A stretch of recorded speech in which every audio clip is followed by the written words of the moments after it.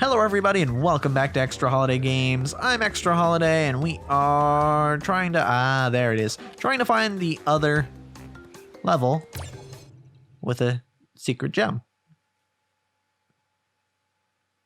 Special gem. They're not secret, they're special. They'd be secret if they weren't on the freaking map screen. Alright. Hold on. Got it. I guess you can use that to get back over, but then you don't get the... Then you don't break that box, so... Alright, so... Gotta beat this level without dying. Should be easy. Right? Shouldn't take me a long time. I mean, this is the easiest of the special gem levels that I need to do, right? Theoretically, it does come earliest. Okay. Break all boxes. Break them all. Make sure I'm not missing any in here, because there are parts of this area that you can't see, regardless of where you are. Alright. Oh, I hit a metal crate up there. Cool. I think this might be the level where I was confused as to... Oh yeah, I think it was that box that metal crate spawns, and I was very confused as to where the metal crate was for that box. And I was trying to go backwards, and then, yeah, now I'm remembering this level. Okay. I'm feeling like a lot of the trouble I was having with this level was just because I was trying to get that one crate.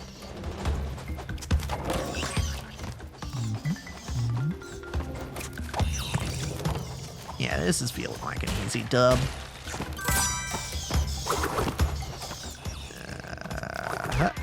Just got a couple of bonus levels to do.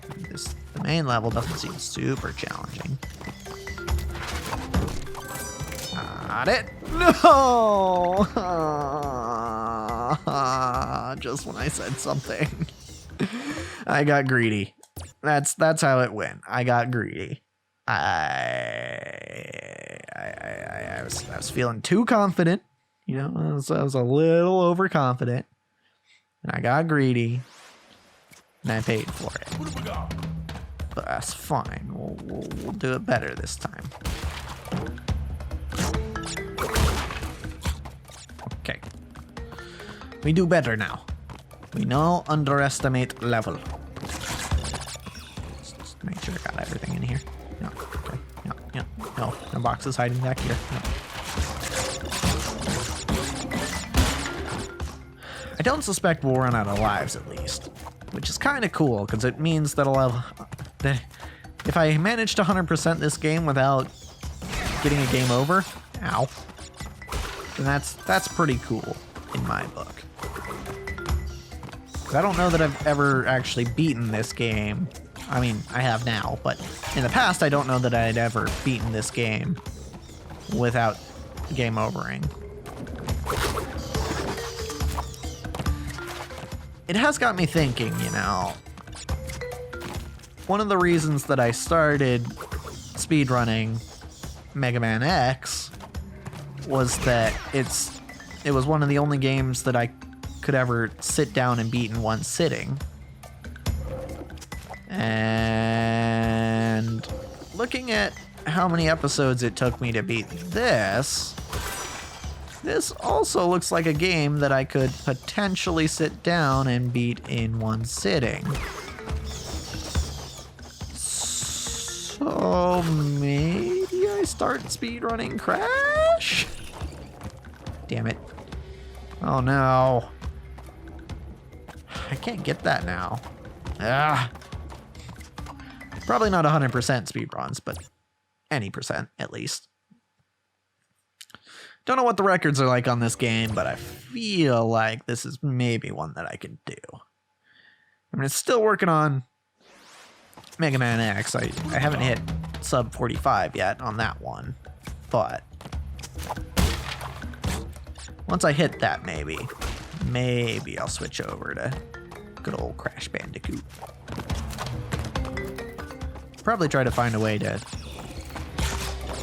play the original, because I'm about 90% certain that the Insane Trilogy version and the original version are on separate leaderboards. There's one or two features in this version, as discussed earlier, that aren't in the original. So I don't know how many of them are actually relevant to speedrunning, but because the first thing I thought of was the saves,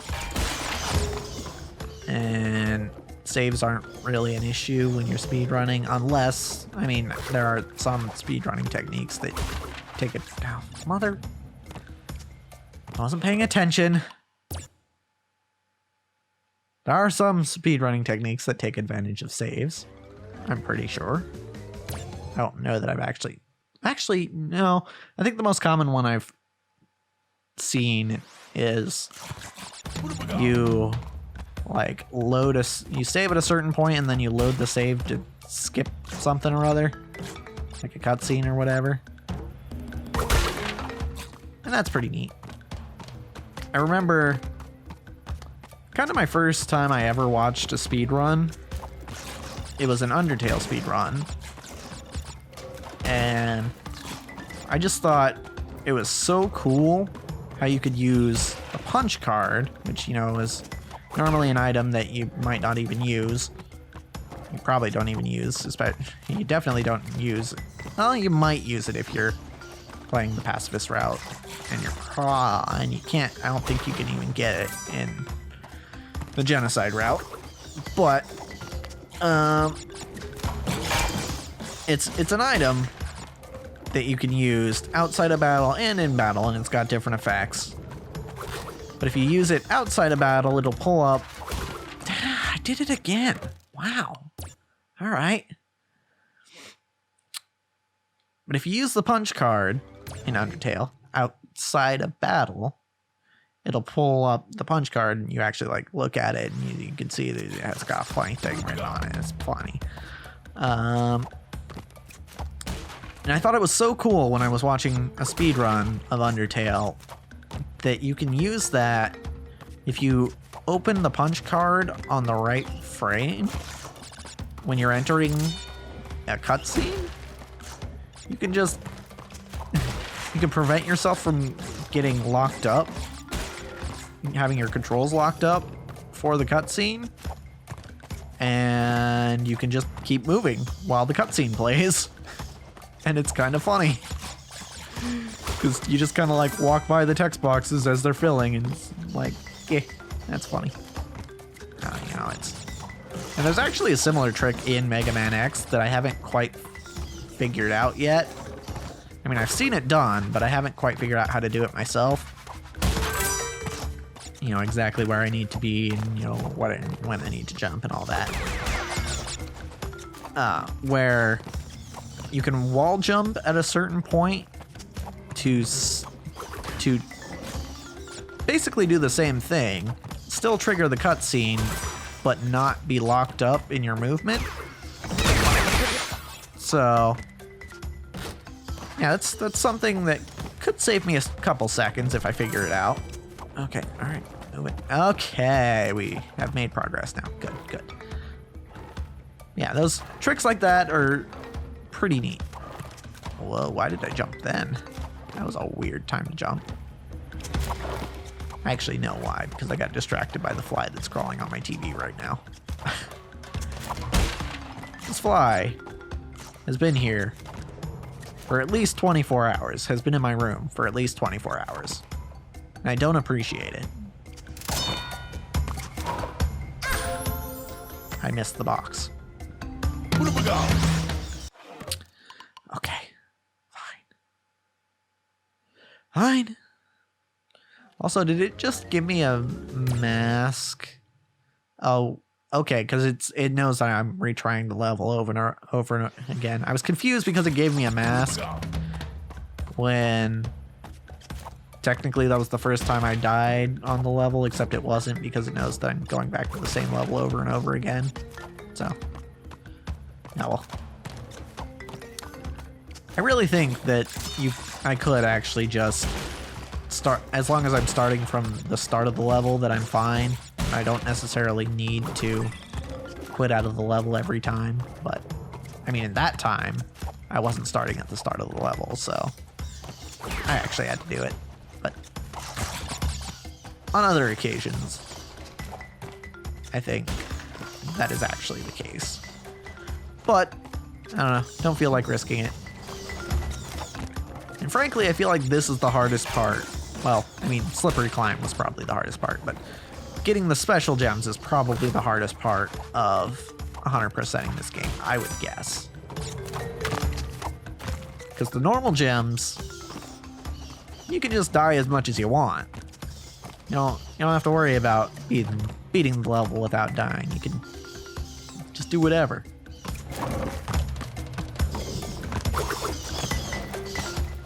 But special gems, can't die. So, a lot harder. I thought my spin would protect me for long enough, but it did not. That was a bad idea to jump then. Okay, we're gonna try this again. I'm starting to get the feeling that this level the special gem may actually be the one that takes me the longest. Because I got the one from Slippery Climb in like 15 minutes, right? So, and I would expect that that would be the longest one. And the other ones that I got were like at most 15 minutes. But this one feels like it might take a while. So, if you wanna pause the video and go get some water, we might be here a while. Although you probably know exactly how long it'll take because you know how long the video is, and I don't. Well, if it is a long video, feel free to pause and get some water. Stay hydrated. Because most people do not drink enough water. I said this in Bloodborne as well, but yeah, most people don't drink enough water. So get some water. And then come back and watch.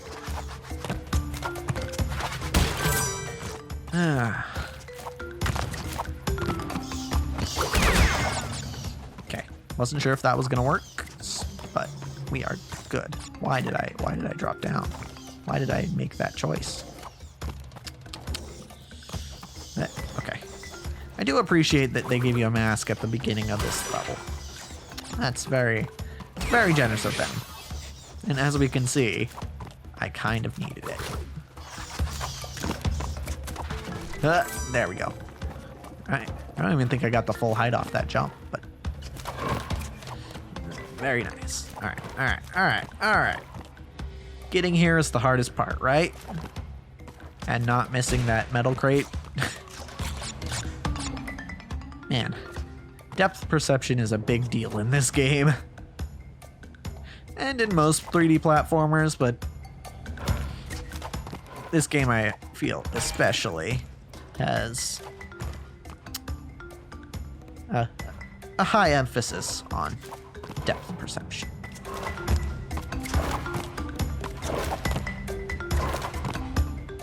Play it safe. Play it nice and easy. Need another Brio token, which I'm pretty sure is back here.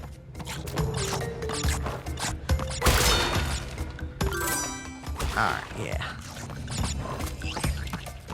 Alright, this guy, I don't like. We don't like the... That's why we don't like him.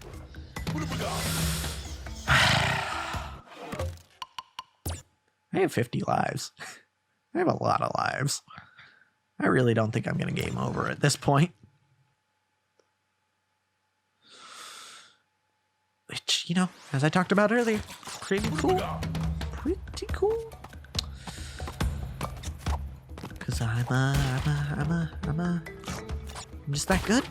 You know, just that good. I say knowing someone is probably eventually going to go into the comments and be like, oh yeah, well I 100% in the original version of this game when I was 3. And you know what? Good for you, bud. Good for you. But also, let me have my accomplishments. Let me have confidence. It's kind of hard to come by nowadays.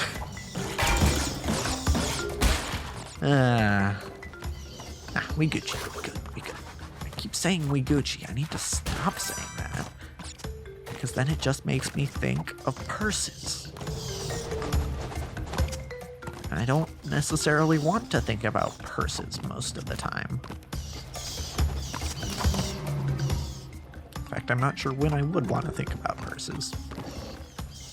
I mean, I guess if I were like trying to get a gift for my mom or something. Purse might make a good gift, but also purses are kind of expensive. As far as gifts go. I don't know. Aren't they like usually 80 or 100 bucks or something like that? Like I ain't saying she ain't worth it. But I am saying ain't a lot of money in the account. That reminds me, her birthday is in like a week. Should probably get her something. I mean, I could probably get away with just getting her a card, but I don't know. I never know what to get people. Correction, I never know what to get family. If I have to get a gift for a friend, I'm pretty decent at that, I think. But for family, it's like, what do you like? Is it bad that I don't know my family well enough to get them a gift?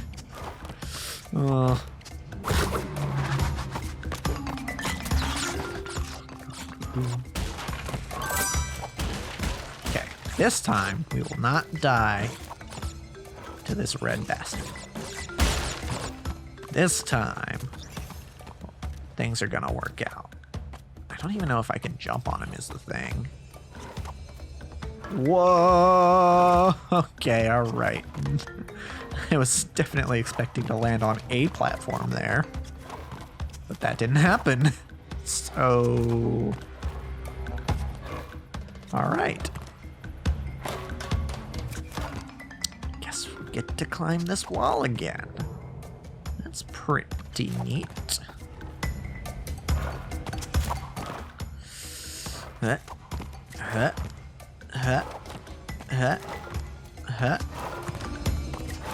See, my inner clock is a little fast here.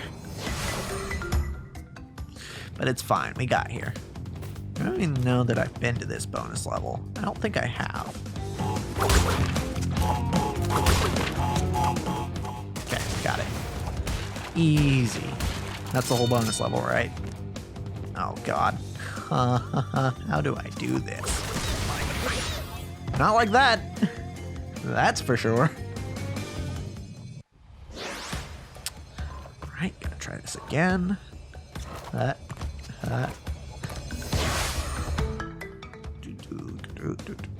Wait, can you actually get to that platform from the back? You might be able to.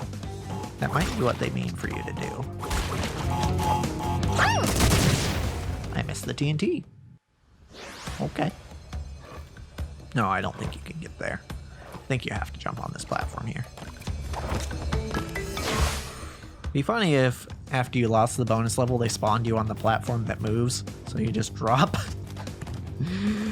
That'd be bad, but it would be funny. At least once. There are a lot of things that are funny when they happen once. But then it happens over and over, and you're like,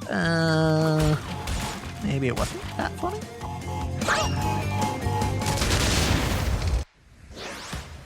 Almost got it. Almost got it. Oh. I can't say I'm totally surprised, but also, you can just jump. Oh my God. I have to do the level over now. Oh boy.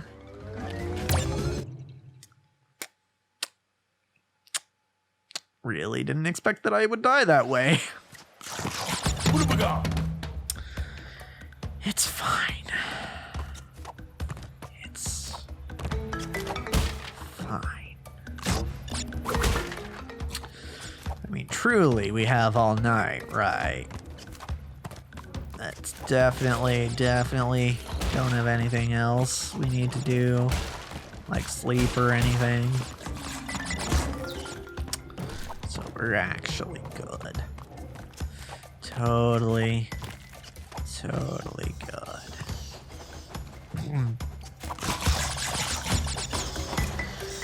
It's fine. We'll get it on this go. This run is the run.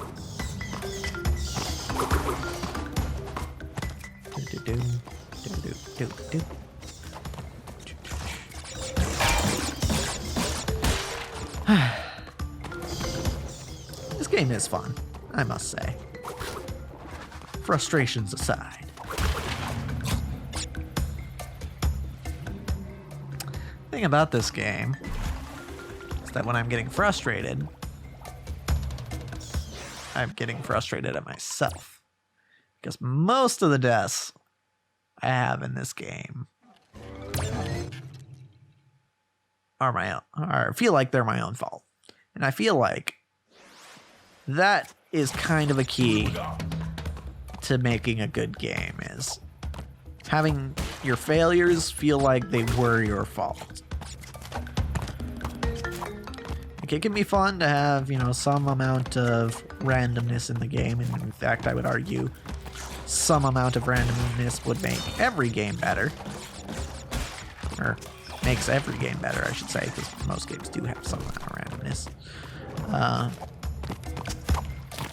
But, you know, having that be tempered by somewhat predictable outcomes, you know, it's great.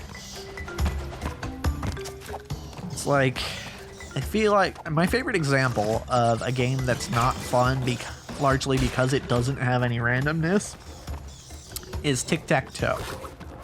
Because in Tic-Tac-Toe, if both players know what they're doing, it will always be a tie. Because Tic-Tac-Toe is a very easily solved game. And randomness could help with that. I'm not sure how you would add randomness to Tic-Tac-Toe. But if you did, you would probably come up with a more fun game. But hey, at least in Tic-Tac-Toe, if you lose, you know it's your fault. As opposed to some video games, which just never feel like your fault when you lose. Okay, playing it safe this time. Okay.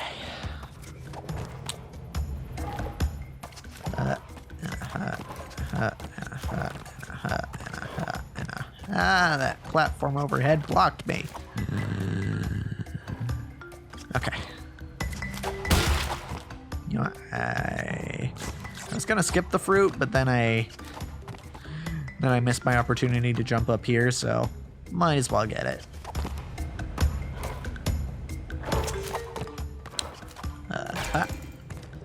Theoretically, chess is also a game that you could just solve, but it's so much more complicated than Tic-Tac-Toe that I feel like nobody's actually solved it yet. Although, I say that, there's probably somebody with a computer somewhere that's like actually programmed the computer to solve for every possible chess move, or combination of chess moves. And if not, what have y'all been doing? Y'all programming folks. That seems like something that would absolutely be done by now.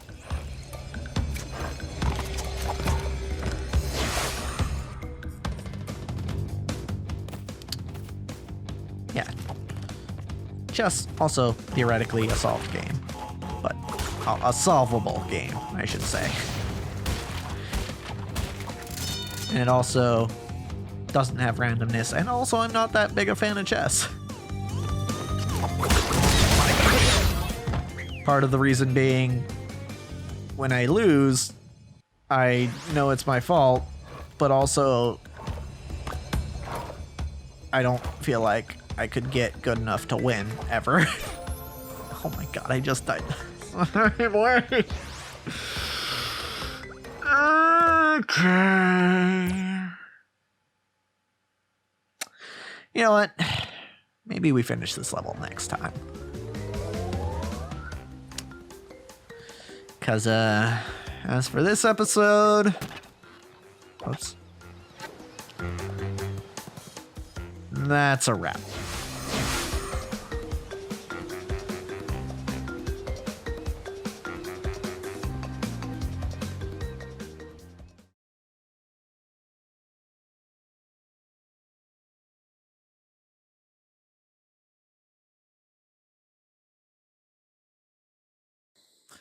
Rook to F me.